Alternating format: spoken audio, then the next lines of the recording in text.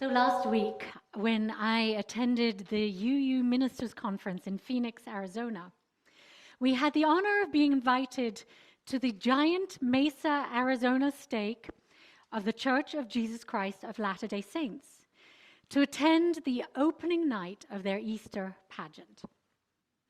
And those of you who are former Mormons know that this is no ordinary pageant. For 10 days leading up to Easter, they perform this musical of Jesus' life with 500 actors, donkeys, goats, and sheep on a giant stage under the night sky in front of 10,000 people each evening. And I think we have some slides to share. The whole production, there's the 10,000 people behind me there. Are we okay? Let's just take a moment and center ourselves. Okay, so we're going to lie the gentleman down, and we have people caring for him back there, and we have called emergency services.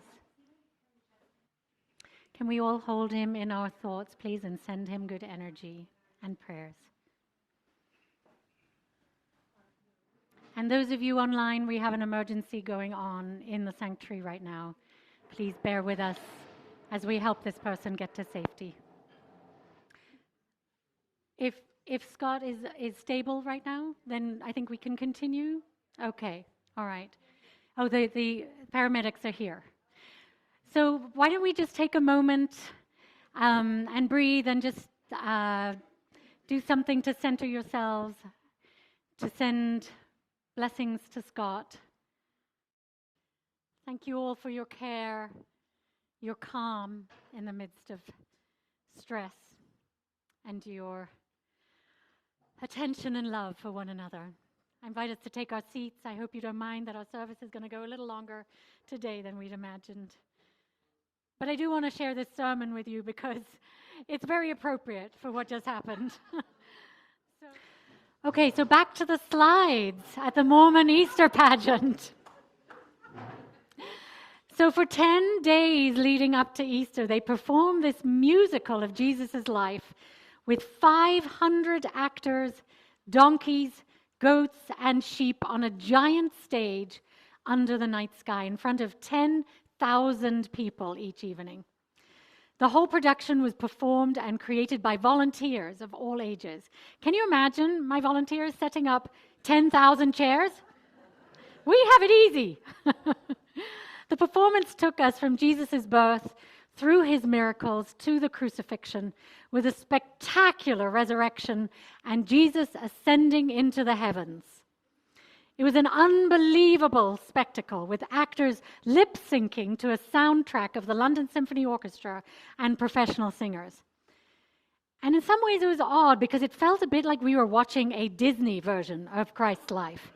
It was carefully curated with angels playing trumpets on high as Jesus was rising into the sky in white luminescent robes at the end. So when we debriefed after the performance, we were impressed by the spectacle. But our collection of UU ministers found ourselves surprisingly unmoved and somewhat disconnected from the true message of Jesus' life, death, and resurrection. And this performance contrasted with the breathtaking production of the Passion of Christ that I had seen in Oberammergau, Germany in 2022. It had been delayed from 2020 because of COVID until 2022. And the Oberammergau version was gritty and powerful and made us feel like we were alive during Christ's time.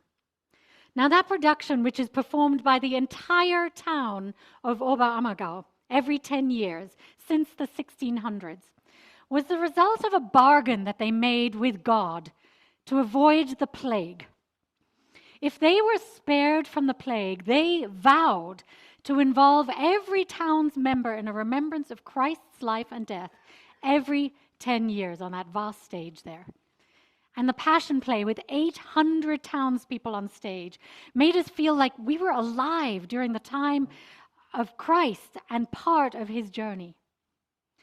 As intimate onlookers, it actually felt like we were responsible for Jesus' death and torture. And when Christ was crucified, we felt the extreme discomfort of what we as witnesses had allowed to happen. A man who was kind and good, trying to lead an exemplary life during a corrupt regime, was humiliated, tortured, and executed as a warning to others. And taking place in Germany, it had uncomfortable echoes of the Holocaust and was a warning about what can happen if authorities are given too much power and are emboldened to rule with cruelty and divisiveness. And it was a relevant and stark cautionary tale of the impacts of growing authoritarianism around the world. But my friends, what struck me most was that we could feel the pain and struggle that Jesus underwent in his final days. We experienced firsthand what it might have been like for him to know that he would be crucified and undergo immense pain and torture in order to fulfill a prophecy. And as he cries, O God, why hast thou forsaken me?" from the cross, we recall times in our own lives when the pain and struggle of what we're going through feels overwhelming and intense. The story of Jesus' crucifixion evokes our own episodes of despair when we know we have to traverse a maze of challenge, just as our friend here did just now.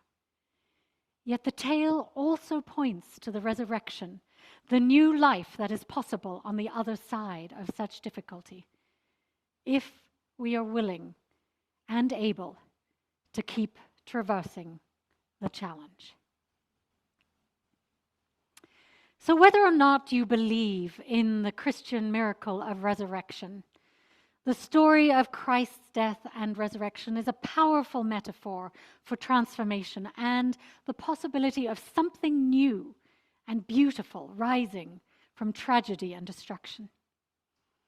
Now, when we think about the resurrection, the seemingly impossible re-emergence of the Spirit after death, it grants us hope. It gives us hope that from our most difficult times, new life might emerge. It gives us hope that despite so much suffering in the world, there is a possibility for our broken world to mend. And it gives us hope that transformation can occur from our bleakest moments. And I invite us to hold Scott in that light for his transformation. Because it gives us hope during increasingly difficult times as a society that the arc of the universe will bend toward justice and compassion eventually. Now, such hope arises not from an assurance of coming back from literal death. It emerges from the story that we may resurrect even from seemingly devastating endings or struggles to find life anew. In the wake of a loved one passing, it may seem almost impossible to envision ever feeling joy again, or to imagine how to go on living when our heart is broken. In the midst of the breakdown of relationships or divorce, it may be hard to conceive that love is achievable and that we're not alone and that new connections may blossom sometime. Or after losing a job, it can be difficult to trust that there will be another one and that it will come soon enough so that there is no lasting financial hardship. Or in the midst of aging and physical challenges, it can feel so hard to believe that life is worth living and that we'll once again experience mobility, health, and joy. And it may be hard to envision recovering from profound pain or illness and trust that our bodies and spirits can recuperate and blossom anew. Whatever our painful circumstances, and I know we have many in our midst, we may find it challenging to hope that all is not lost. But I believe there may also be a reason to go on, and that love and joy will bloom afresh. My friends, it reminds me of the lotus blossom. The lotus flower is an extraordinary metaphor for beauty emerging from tough situations. It germinates in the thickest melee of mud, muck, fish, insects, and dirt, and at times this thick sludge can appear overwhelming and unrelenting for the single stem of the lotus flower. It must find its way through the tangles and mud to emerge into the light and blossom. Yet, interestingly, the lotus also needs the mud for its nutrients. It needs the dark, tangled chaos to grow strong and beautiful. And it emerges slowly from seeds that have lain dormant sometimes for thousands of years. And as the seed gradually absorbs what nutrients it can in the mud, it is enticed out of the chaos by the sun. And as it grows and rises through the mud, the pod eventually breaks through and unfurls into this most spectacular flower. Now at night, the lotus flower folds up and dips below the surface, only to emerge again another day. And it's said that the lotus flower can live for over 1,000 years this way, dipping into the muck, spreading its roots, and anchoring itself into the mud, only to re-emerge strong and beautiful into the light again and again. As many of you know, in Buddhism, the lotus flower is a symbol of potential, resilience, and awakening. It knows suffering and hardship, but it isn't constrained by it. Rather, it's made even more beautiful by it. It learns from the struggle and develops the strength to blossom into a radiant flower. And the lotus is characterized by having a depth of beauty, soulfulness, even compassion, honed by the challenges it has overcome. And after being dormant for a while, it revives again and again and again, sometimes over millennia. And despite its challenging beginnings, or maybe because of them, it is one of the longest surviving organisms on Earth and one of the most beautiful. I find great comfort in this image, don't you? With its beautiful metaphor for the Easter story. My beloveds, we're all in our own ways becoming lotus flowers through the mud of these challenging times. But we don't have to be squelched by the mud. What if instead we're being honed and shaped by it? What if instead we're being taught reserves of strength, soulfulness, compassion, and joy? Growing our resilience and courage, learning to transform into radiant blossoms. We must remember that we can and we will emerge again. We must balance our experiences of light and dark so as not to drown in the mud. We must recall the archetypal story of resurrection after a seeming death to grant us grit and confidence that this too shall pass. It too will transform. So earlier we heard the story of the lily, and it too began as an unremarkable seed, a gnarled, ugly-looking thing that the young girl was most disappointed to receive. But when buried in the soil, the dark, the warmth and moisture slowly transmuted it. Eventually, sprouting from its twisted seed, the lily grows, unfurls its petals, reaching toward the sun. And today you see the extraordinary beauty surrounding us with all of these glorious lilies, reminding us that we can all transform from the mud. My friends, in a moment, we're going to transition into our flower ceremony. And as you can see, we're surrounded by a garden of beautiful lilies and flowers. So I'd like to share the powerful story of how this ritual of hope and beauty emerged from a dark time, how it too was birthed out of pain and struggle and remains flowering as a symbol of light and resilience throughout our denomination. Some of you know this story, but for those who don't, I want to share it with you again.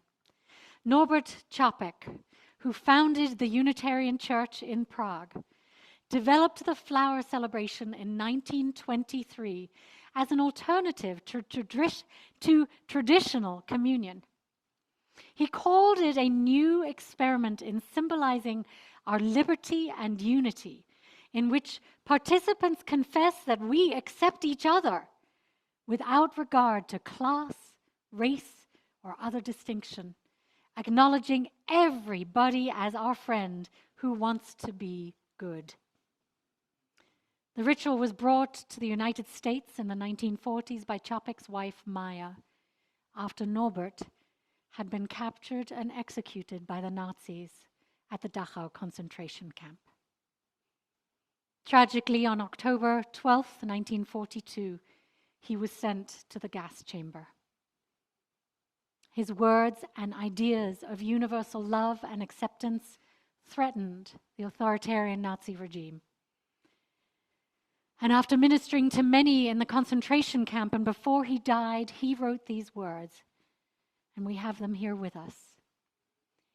He writes, "It is worthwhile to live and fight courageously for sacred ideals.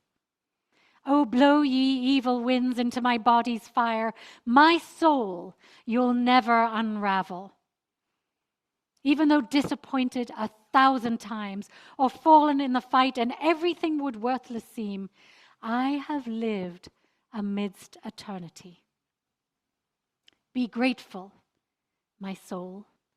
My life was worth living. He who was pressed from all sides but remained victorious in spirit is welcomed into the choir of heroes. He who overcame the fetters, giving wind to the mind, is entering into the golden age of the victorious." Čapek's vision and enduring love give us hope a century later, as we celebrate this tradition throughout Unitarian Universalist congregations every year. And like Jesus, his love and vision was stronger than death. His dream for a more beautiful life lives on through this beautiful tradition. So in the flower celebration, we honor a man whose faith in freedom was great, whose outspoken defense of liberty and truth took him to death in a concentration camp. But we also celebrate the individual buds of love and color that we all bring to community. And these flowers are a living embodiment of love and beauty that remind us of the power of seeds sown throughout life. Of course, the flower celebration is more than an aesthetically pleasing ritual. It is an affirmation of our highest ideals. And Norbert Čapek's wife, Maya, put it this way: no two flowers are alike. No two people are alike. Yet each has a contribution to make. Each would help to make this world as beautiful as a colorful bouquet. Organized and growing into a true community, we are ready to serve one another, to serve the nation and the world. And by exchanging flowers, we signify that we are willing, in the spirit of tolerance and patience, to march together in search of truth, disregarding all that usually divides humankind. So, my friends, as we honor Easter and the resurrection of hope, I ask you, what seeds do you want to sow in this life to transform into fragrant blossoms even after you pass from this earth and our children are entering at this poignant moment? That perhaps is our true purpose in life, to sprinkle seeds of intention and beauty that will resurrect in people's hearts long after we are no longer around. The poet May Sarton wrote, "Help us to be always hopeful gardeners of the Spirit, who know that without darkness nothing comes to birth, as without light, nothing flowers. My friends, may our most difficult days carry within them the seedling of new life. May we resurrect from darkness into light, and may we remember, even when life seems most muddy and painful, sometimes the most beautiful blooms are just waiting to flower. May it be so. So now, as we transition into our flower ceremony, we honor our community coming together by sharing our individual blooms and gifts with one another that together make beautiful bouquets. As we honor the gifts of life and color that we bring to one another in community, we bless these flowers now with the words of Elizabeth Strong. And I invite you to raise your hands and send all your loving energy towards our flowers. Enter into the communion of flowers. Enter with joyful hearts, enter with reverent thoughts. It has taken long months beneath the cold ground for these flowers to prepare their blooming. It has taken each of us long times of growth through sorrow and joy to prepare our living now. The blooming season is short. The flowers stay only a brief time. We are travelers upon the earth, travelers through all too brief lifetimes. Therefore, let our moments be bountiful and our hearts be grateful. Amen. My friends, let us now share in our flower celebration. I invite you to form two lines through the center, side by side, in the center aisle, and then peel off that way to the sides back to your chairs. I ask that as you each approach our community vases, you do so reverently.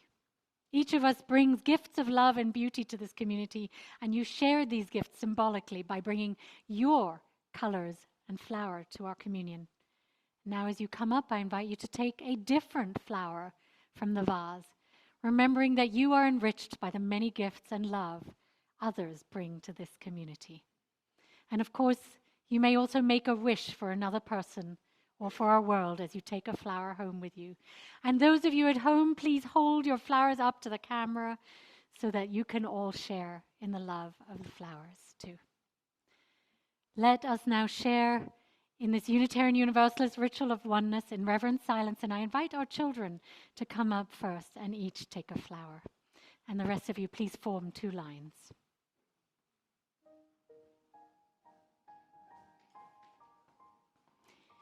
Just take one flower out of any vase, just one flower. Yes. Do you want that?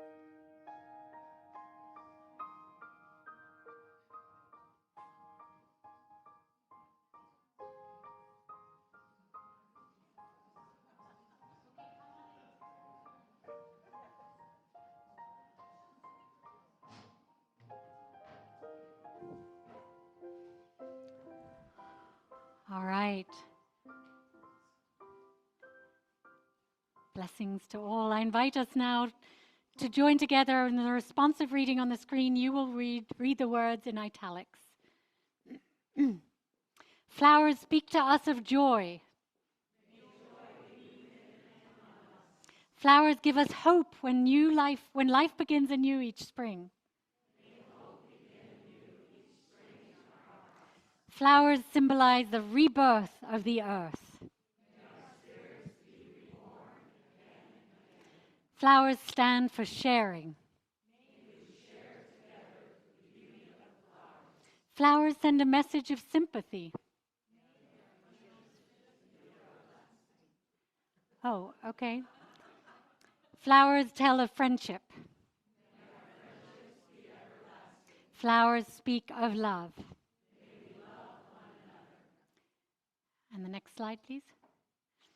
As we leave, we take flowers with us, blossoms of love and delight, reminding us both of the hope that is in us and that morning will follow the night. We close with the words of Judith Mannheim. May you have joy this Easter,